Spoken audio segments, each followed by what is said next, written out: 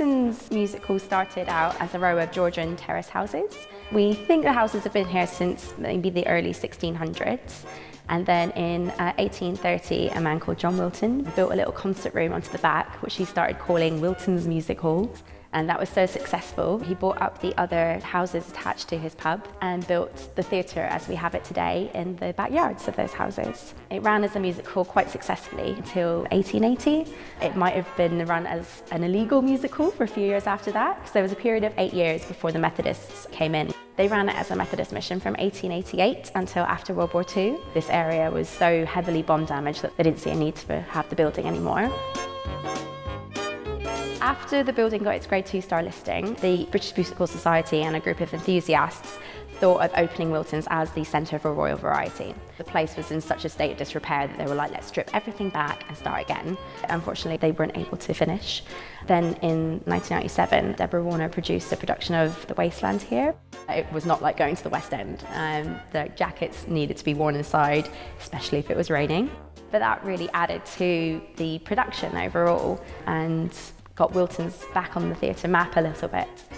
It was obvious that something needed to be done to secure the building. It was derelict, it was falling down, the roof leaked, and the facilities weren't really there as well.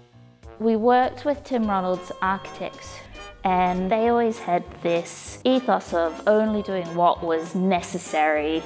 What people seem to really love about the building is that semi-derelict kind of shabby look to it.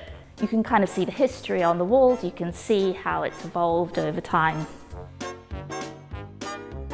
Today we are presenting a real variety of plays, opera, classical music, gigs. There's something for everyone. We're trying to present exceptional theatre and music, and then in and amongst that we're also trying to support and work with developing artists to program them, especially during the summer months where they might be able to come and do a one-off performance with some support from us.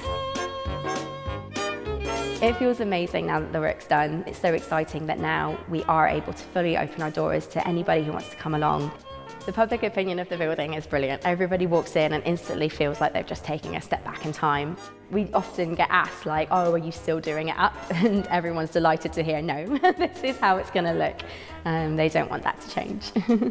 It has taken me a while to not worry every time we have heavy rain, because I used to panic thinking about the roof and what was happening. It's really nice not to have our focus on physically keeping the building upright and be able to focus on the function of the building as a theatre space.